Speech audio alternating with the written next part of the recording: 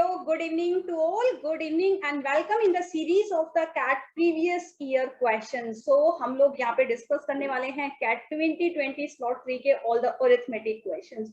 I already discussed the CAT 2021 all the slots and CAT 2020 में भी I discussed the arithmetic section, arithmetic slot 1, slot 2.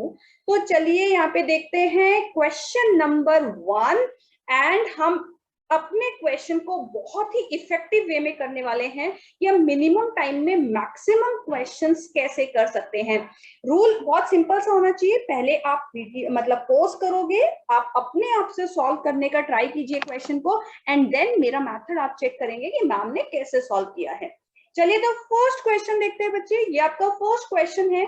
A constructor agreed to construct a 6 kilometre road in 200 days. He employed 140 person for the work. Okay, उसने work के लिए यहाँ पे 140 person को higher किया है।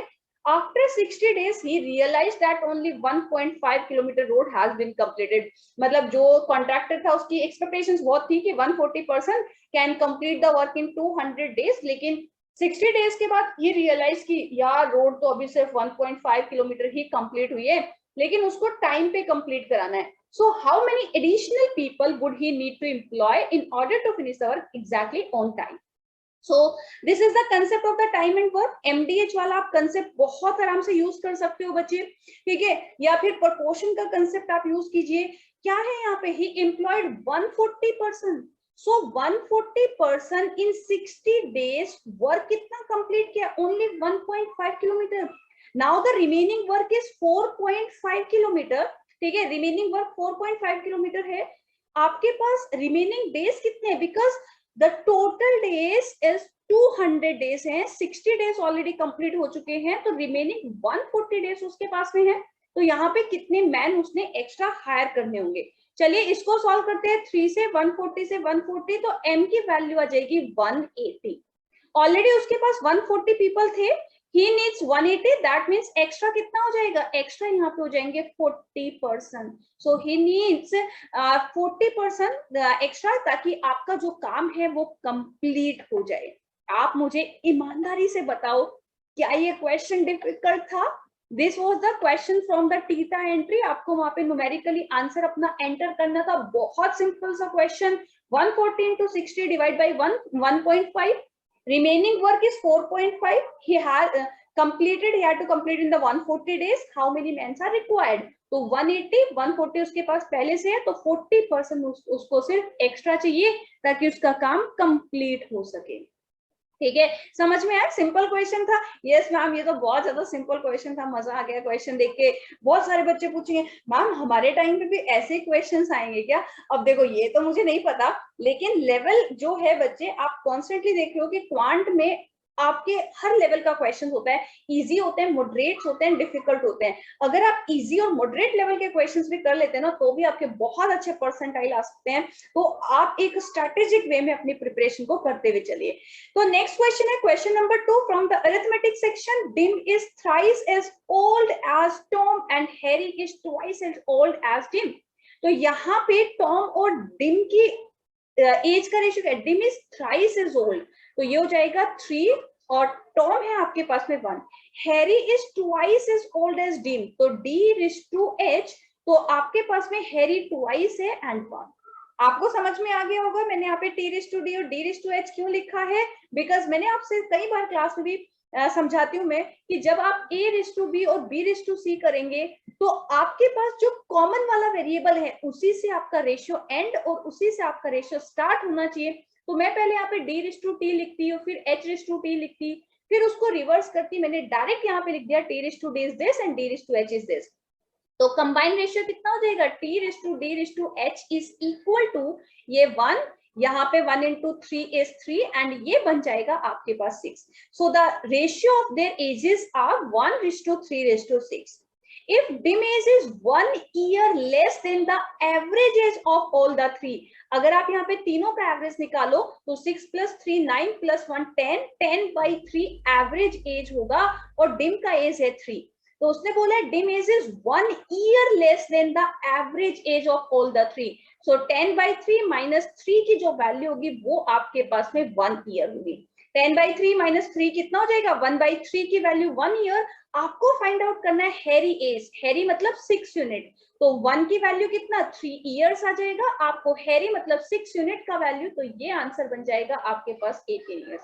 सो अगेन ये क्वेश्चन भी आपका बहुत सिंपल सा एज के कंसेप्ट से था। आपने T/D और D/H का रेशियो, देन आपने TD और H का कंबाइंड रेशियो यहाँ पे फाइंड आउट किया, एंड देन आपका एवरेज कितना हो जाएगा sum of all the observations divided by the number of observation, right. And 10/3 minus 3 का जो वैल्यू दिया हुआ है दिस इज द 1 यूनिट, तो 1 की वैल्यू 3 इयर्स आ जाएगी, हैरी एज इज 6 यूनिट, तो 6 यूनिट का वैल्यू बन जाएगा आपके पास में 18 ईयर्स। आई होप आपको क्वेश्चन अच्छे से समझ में आया है, ठीक है। चलिए तो नेक्स्ट क्वेश्चन पे मूव करते हैं, this is the question number 3। So question number 3 भी देखते हैं। In the final examination, Vishnu score 52% and Asa score 64. Okay, B के जो marks है this is 52%, A के जो marks है this is 64%. The marks obtained by B is 23 less and that by Asa is 34 more than the marks obtained by Ramesh. बच्चे ये कोई रमेश है, विष्णु के जो मार्क्स हैं वो 23 लेस है और जो आशा के मार्क्स हैं वो 34 ज्यादा है, ऐसा ही तो कुछ दिया है। Can you find out the difference between the marks of B and A? Yes ma'am, obviously बहुत इजीली हम लोग फाइंड आउट कर सकते हैं, बिकॉज बी और आर का डिफरेंस यहाँ से -23 प्लस 34, अगर आप इन दोनों का डिफरेंस, इन दोनों में अगर आप गैप देखते हो तो ये हो जाएगा 23 प्लस 34 57 बन जाएगा, है ना, क्योंकि भाई बी आर से 23 मार्क्स पीछे और ए आर से 34 मार्क्स आगे, तो उन दोनों में जो गैप बनेगा दिस इज 57 मार्क्स का गैप है। तो यहाँ पे लेकिन इनकी परसेंटेज में कितना गैप है, आप बोलेंगे मैम यहाँ पे 12% का गैप है and this is equal to 57 marks, right. Question क्या बोला है, the marks obtained by Geeta who score 84%, so it means आपको यहाँ पे 84% की वैल्यू बतानी है, 12% की वैल्यू 57 एंड 84 के वैल्यू इंटू 7, तो ये भी इंटू 7 हो जाएगा। यहाँ पे 5 इंटू 7 कितना होता है 350 एंड 7 इंटू 7 कितना होता है 49, तो आंसर बन जाएगा आपके पास 399। कैलकुलेशन भी स्मार्ट वे में कीजिए, 57 इंटू 7 50 इंटू 7 350 एंड 49, तो आंसर बनेगा आपके पास 399 marks. You need not to find out the total marks या फिर विष्णु 52% का वैल्यू या फिर 64% का value, you simply find out the difference in the marks of A and B, that is 57 marks, so 12% is equal to 57 marks, तो 84% का value कितना हो जाएगा 399 मार्क्स, ठीक है। सिंपल क्वेश्चन था, अगेन क्वेश्चन नंबर 3 भी आपके पास ज्यादा डिफिकल्ट नहीं था, आप आराम से कर सकते थे ये क्वेश्चन भी, परसेंटेज का एक बेसिक सा कंसेप्ट है, तो प्लीज आप अच्छे से प्रिपरेशन करते रहिए बच्चे, ठीक है। कॉन्फिडेंस लूज करने की बिल्कुल जरूरत नहीं है, अगर आप एक बहुत प्रॉपर वे में पढ़ाई कर रहे हो तो यस डेफिनेटली आप एक अच्छा स्कोर लेके आओगे। चलिए तो मूव करते हैं नेक्स्ट क्वेश्चन पे, this is the question number 4। Anil, Sunil and Ravi along a circular path of length 3 km starting from the same point at the same time and going in the clockwise direction। बच्चे आपके पास एक circular race है, circular race जो है वो आपके पास total 3 kilometre का है, ठीक है। ए की स्पीड है 15 किलोमीटर पर आवर, एस का स्पीड है 10 किलोमीटर। जब आप एग्जाम में क्वेश्चन सॉल्व कर रहे होंगे तब आपको ये अलग से लिखने की जरूरत नहीं है, डायरेक्टली स्टार्ट कर दीजिए क्वेश्चन को सॉल्व करना। यहाँ पर तो मैं आप लोगों को एक्सप्लेन कर रही हूँ इसलिए मैं ऐसा लिख रही हूँ, ठीक है। तो ए एस आर की स्पीड मुझे पता चल गई। How much distance in kilometer will Ravi have run when Anil and Sunil meet again for the first time at the starting point? बच्चे सर्कुलर रेस में कंसेप्ट होता है कि अगर आपको meeting at first time, meeting at the starting point, ठीक है, first time वो स्टार्टिंग पॉइंट पे कब मीट करेंगे। आई होप आप लोगों ने ये वाला टॉपिक कवर किया है ना। तो अनिल एंड सुनील यहाँ पे क्या हो रहा है, स्टार्टिंग पॉइंट पे कब दोबारा से मिलेंगे, तो इसका फॉर्मूला होता है आपके पास में the meeting time is equal to length of this circular race. इस सर्कुलर रेस की जो लेंथ है वो 3 है एंड द रिलेटिव स्पीड, ठीक है, एंड द रिलेटिव स्पीड, तो 15 और 10 एंड यहाँ पे आपसे बोला गया है from the same point at the same time going in the clockwise direction, that means उन दोनों का डायरेक्शन भी सेम है, तो 15 minus 10, तो 3/5 hours आ जाएगा. That means 3/5 hours के बाद they will meet at the starting point again, and 3/5 hours के ड्यूरेशन में रवि ने कितना डिस्टेंस कवर किया होगा? तो आप बोलेंगे मैम 3/5 आपके पास टाइम है, and time into speed into 8 हो जाएगा, 24/5, तो आंसर आ जाएगा आपके पास 4.8 kilometre. So when Anil and Sunil meet again for the first time at the starting point, उस टाइम तक रवि 4.8 किलोमीटर का जो टोटल डिस्टेंस है वो कवर कर लेगा.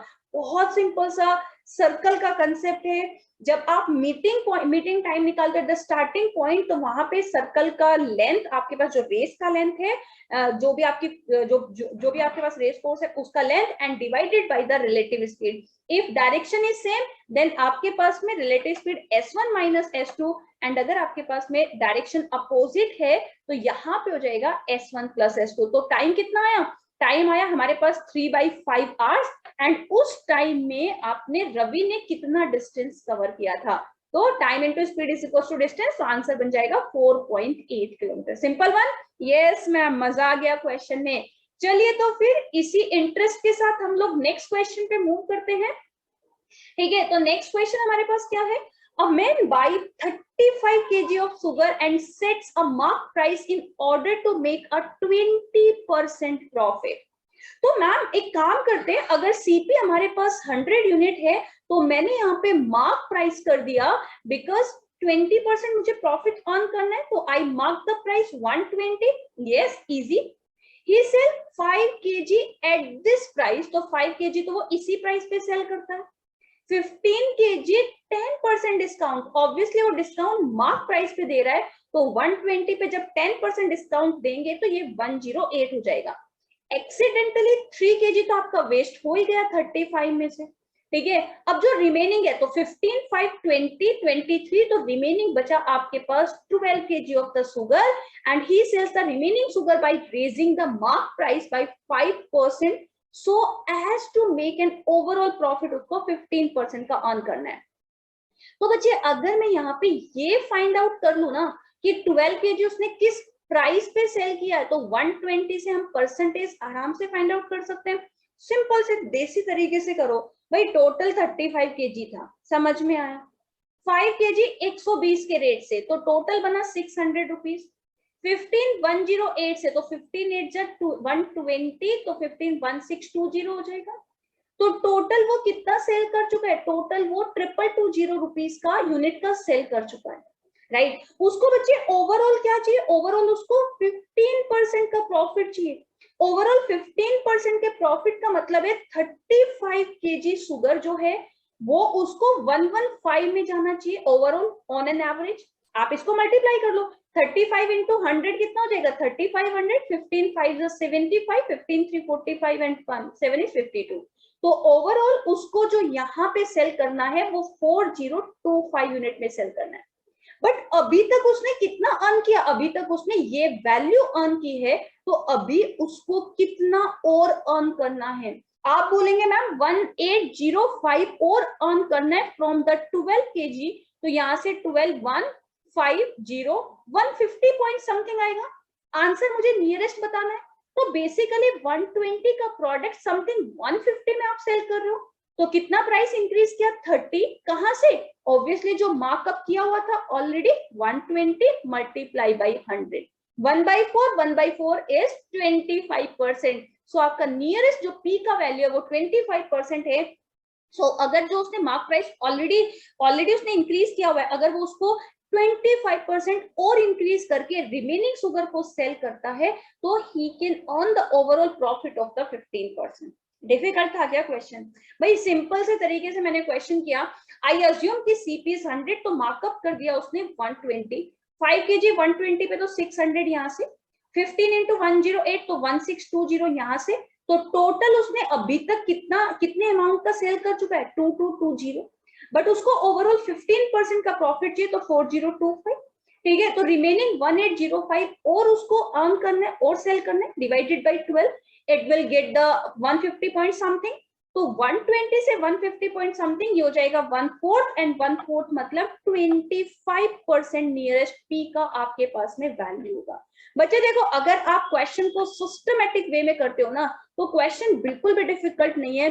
Percentage, profit loss, SICI, ratio, proportion, सारे ही कंसेप्ट यूनिट से आप बहुत आराम से क्वेश्चन को सॉल्व कर सकते हो। बस आपको शॉर्ट अप्रोचेस आने चाहिए। चलिए तो मूव करते हैं हम लोग नेक्स्ट क्वेश्चन पे। This is the question number 6 and ये क्वेश्चन हमारा एवरेज के कंसेप्ट से है। चलिए क्वेश्चन नंबर 6 देखते हैं।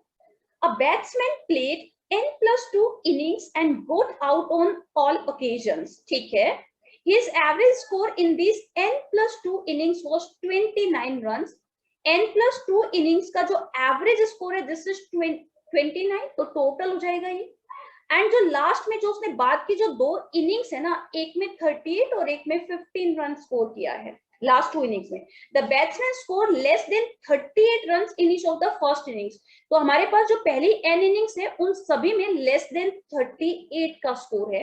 In this n innings his average score was 30 run. Average कितना है? n into 30, क्योंकि एवरेज 30 है तो टोटल हो जाएगा n into 30। Lowest score was the x run. आपको स्मॉलेस्ट पॉसिबल वैल्यू बतानी है x रन की। बच्चे बहुत सिंपल सी बात देखो, टोटल अगर n इनिंग्स है तो एवरेज 30 तो टोटल n into 30 हो जाएगा, क्योंकि average into number of observation equal to, अगर उसने 2 इनिंग्स और स्कोर किया तो एवरेज 29 तो टोटल ये बनेगा।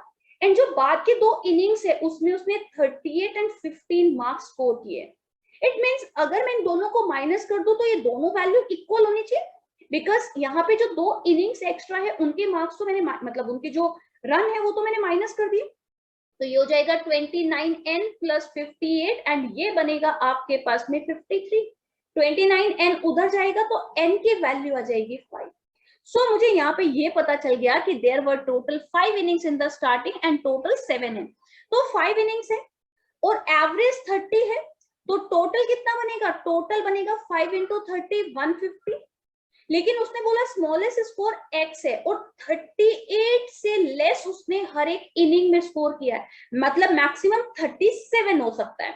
तो 37 into 4 कर लीजिए तो ये हो जाएगा आपके पास 30 into 4 120 एंड 128 तो 148 बनेगा। तो बेसिकली अगर मैं बाकी के 4 इनिंग्स को मैक्सिमम वैल्यू भी दूं तो टोटल 148 हो रहा है एंड 150 टोटल था। 150 में से 148 माइनस करोगे तो जो 5th वाला है इनिंग्स उसमें मिनिमम पॉसिबल आपका 2 रन आपके पॉसिबल है। देखो बच्चे कैसे हुआ है, n इनिंग्स एवरेज 30 टोटल 30 है, n+2 इनिंग्स एवरेज 29 राइट, तो n+2 into 29। लेकिन अगर मैं 2 इनिंग का माइनस कर दूं तो 53 माइनस हो जाएगा तो n की वैल्यू 5 हो जाएगी। 5 इनिंग्स का एवरेज 30 तो टोटल रन होने चाहिए 150। मैक्सिमम 38 से कम है हर एक उसमें इनिंग्स में रन, तो मैं 37 ही ले सकती हूँ because you can't take the score in point right. Average points में आ सकता है बट इंडिविजुअल इनिंग्स के जो रन है वो पॉइंट्स में नहीं आएंगे। तो वो बना, अगर मैंने मैक्सिमम बाकी 4 इनिंग्स को मैक्सिमम वैल्यू दी तो वो 148 बना। तो जब आप 148 माइनस करोगे तो आपके पास मिनिमम जो पॉसिबल स्कोर है वो आपके पास में 2 है। तो यहाँ पे आपका ऑप्शन नंबर सी जो होगा वो आपका करेक्ट आंसर होगा। बताइए समझ में आया कि नहीं? किसी स्टूडेंट को यहाँ पे डाउट? हाँ, किसी भी देखो बहुत सिंपल सा कंसेप्ट आपको लगाना है, आप बहुत आराम से क्वेश्चन को सॉल्व कर सकते हो। और भी मल्टीपल वे हो सकते हैं इस क्वेश्चन को सॉल्व करने के। एक तरीका और होता है कि n इनिंग्स है एवरेज 30 है, जब आप +2 करते हो तो यहाँ पे काफी सारे स्टूडेंट्स ने अगर मेरा एवरेज का क्लास अटेंड किया होगा तो उसने इस मेथड से किया होगा। एवरेज डिक्रीज हो जाता है यहाँ पे n+2 क्रॉस मल्टीप्लाई 30 into 2 60 -1 से मल्टीप्लाई करेंगे इक्वल टू इन दोनों इनिंग्स का समेशन दैट इज 53। 60 - 2 58 -53 करोगे तो यहाँ से n की वैल्यू 5 आ जाएगी। n की वैल्यू 5 तो टोटल 150। 37 तो मैक्स ले सकते हो, -4 इनिंग्स का 148 हो जाएगा। तो मिनिमम स्कोर जो बनेगा वो आपके पास में स्मॉलेस्ट रन जो पॉसिबल है दैट इज 2। ठीक है, तो एवरेज की आप प्रैक्टिस कीजिए। एवरेज से जनरली एक क्वेश्चन बनने के हाई चांसेस रहते हैं आपके एग्जाम में। चलो तो नेक्स्ट क्वेश्चन पे मूव करते हैं। ये हमारे पास में question number 7 and question number 7 क्या है? 2 alcohol solutions A and B are mixed in the proportion 1:3 by volume. The volume of the mixture is then doubled by adding solution A such that the resulting mixture has 72% alcohol. If solution A has 60% alcohol, then the percentage of alcohol in solution B will be. Simple से तरीके से question करेंगे बच्चे. Ma'am A और B का proportion है 1:3. तो अगर मैं A में 1 यूनिट लूं और B में 3 यूनिट लूं तो टोटल बना आपके पास में 4 यूनिट. कोई प्रॉब्लम नहीं यूनिट में क्वेश्चन सॉल्व करने में. Volume of the mixture is then double by adding the A solution. तो इसको डबल कर दिया तो 8 यूनिट, लेकिन सिर्फ और सिर्फ A को ऐड करके. ठीक है, सिर्फ और सिर्फ A को ऐड करके. तो यहाँ पे A कितना ऐड करना पड़ेगा मुझे? ये 5, राइट, क्योंकि मैंने यहाँ पे A ऐड कर दिया. Resulting mixture has 72% alcohol. जो हमारे पास रिजल्टेंट मिक्सचर आया उसमें अल्कोहल का परसेंटेज 72% है. A 60% है. B का परसेंटेज मुझे फाइंड आउट करना है. एंड ये क्वेश्चन मेरा मिक्सचर एंड एलिगेशंस के कंसेप्ट से हो जाएगा. और क्वांटिटी का रेशियो क्या है? 5:3. मैम यहाँ पे 72 माइनस 60 हो जाएगा 12, और यहाँ पे 72 माइनस 60 किया तो यहाँ पे B माइनस 72 होगा. So this is the ratio of there quantity.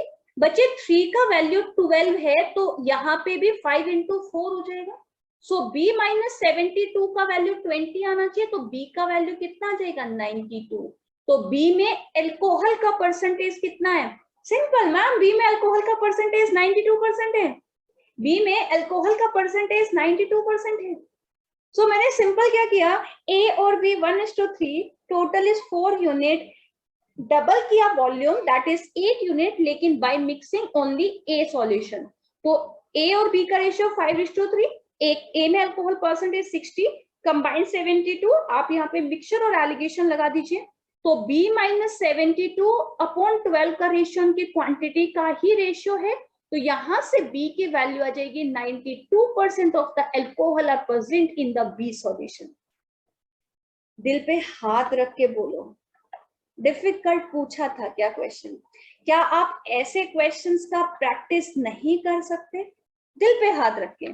और आपके दिल से आवाज आ रही है, yes we can and we will. Right, हम कर सकते हैं और हम करेंगे. हम मेहनत करेंगे और एक अच्छा परसेंटाइल लेके आएंगे और एक अच्छे कॉलेज में हम लोग जाएंगे. हमारा हक है भाई, हम एक अच्छे कॉलेज में जाना हमारा हक है. ठीक है, ये आपकी most probably last college life होती है. एक अच्छे कॉलेज, अच्छा कॉलेज, अच्छी कॉलेज लाइफ, एक्चुअली ये होता है. ठीक है, एंड अच्छा future.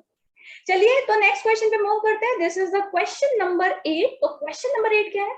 A person invested a certain amount of money at 10% annual interest, compounded half yearly. After 1.5 years, the interest and principal together became this. The amount, मतलब ये basically amount है आपके पास. The amount in rupees that the person had invested. So you need to find out the value of the P. बच्चे generally मैं SI और CI के questions में 100 लेके क्वेश्चन को इजीली सॉल्व करती हूँ. मुझे एक चीज समझ में आई, बिकॉज यहाँ पे जो आपका कंपाउंडेड इंटरेस्ट जो कैलकुलेट हुआ है वो आपका हाफ ईयरली है.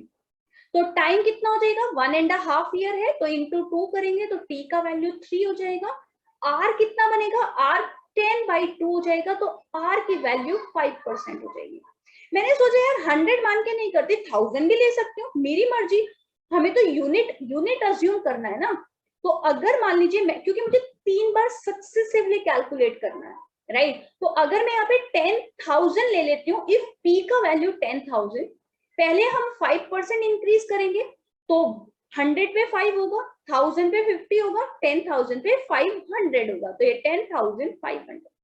फिर से सक्सेसिवली 5%, बिकॉज कंपाउंड इंटरेस्ट कुछ नहीं होता. Compound interest is simply successive percentage होती है. इसका 5% आप निकालेंगे तो ये वैल्यू आपके पास में कितनी आ जाएगी? 5,525. ठीक है, एंड 5 1, तो यहाँ पे ये वैल्यू आपके पास 525 आ जाएगी. तो ये वैल्यू बन जाएगी आपके पास में 11025. इजीली कैलकुलेट, 2 बार का तो इजीली कैलकुलेट हो गया, तीसरी बार का और कैलकुलेट कर लेते हैं 5%. तो जब आप इसका 5% कैलकुलेट करेंगे, 5 5 25, 5 2 10 and 2 is 12, 1 5 1 5. ठीक है, पॉइंट कहाँ पे आएगा, पॉइंट आ जाएगा आपका यहाँ। तो आपके पास बच्चे टोटल वैल्यू आपके पास कितने बन गए, 0.25 यहाँ पे, 516, 527, 511. So if the principal value is 10,000, then amount will be 11,576.25. But यहाँ पे आपको अमाउंट कितना दिया, 18,522. तो बच्चे यहाँ पे बेसिकली 11,576.25 का वैल्यू 18,522 है. आपको यहाँ पे 10,000 का वैल्यू बताना है, तो 18,522 डिवाइडेड बाई 11,576.25 मल्टीप्लाई बाई 10,000. आप यहाँ से आंसर कैलकुलेट करोगे, ठीक है, पॉइंट हटाएंगे तो 0 पे चला जाएगा, ये वैल्यू आपकी 16 पे निकल जाएगी. तो यहाँ से आपकी प्रिंसिपल वैल्यू जो बनेगी वो आपके पास में 16,000 होगा. So the principal value was the 16,000. आप ऐसा भी कर सकते थे फॉर्मूला यूज करके कि amount is 18,522 p 1 plus r कितना है 5/100 एंड होल क्यूब. यहाँ से 20 पे निकल जाएगा p 21/20 का होल क्यूब. तो यहां से p का वैल्यू कितना जाएगा 18522 multiply by 20 20 20 and divided bye 21 21 21. ठीक है, बट मैं कभी भी फॉर्मूले को रिकमेंड नहीं करती, मेरी हमेशा चॉइस होती है 100,000 या 10,000 को अज्यूम कर लो, because last value this is the amount and if this is the amount this will be equal to the 18,522. तो यहाँ से आपने जो प्रिंसिपल वैल्यू अज्यूम की है वो आप बहुत इजीली फाइंड आउट कर सकते हो. तो ये क्वेश्चन में भी आपको न्यूमेरिकली एंटर करना था डेटा, ठीक है, आप यहाँ से आराम से क्वेश्चन को फाइंड आउट कर सकते हो. SICI को आप सक्सेसिव परसेंटेज से ही कैलकुलेट करना, आपका क्वेश्चन इजी हो जाएगा. ठीक है, समझ में आ रहा है ना सबको, क्लियर हो रहा है, ठीक है, हाँ, वेरी गुड वेरी गुड. चलिए तो नेक्स्ट क्वेश्चन देख लेते हैं. नेक्स्ट क्वेश्चन हमारे पास में टाइम स्पीड एंड डिस्टेंस के कंसेप्ट से है. Question number 9. A and B are two railway stations at 90 kilometre apart. यहाँ पे आपके पास में दो स्टेशन हैं A एंड B और उन दोनों के बीच में डिस्टेंस है 90 kilometre. A train leave A at 9 AM heading towards the B at a speed of the 40 kilometer per hour.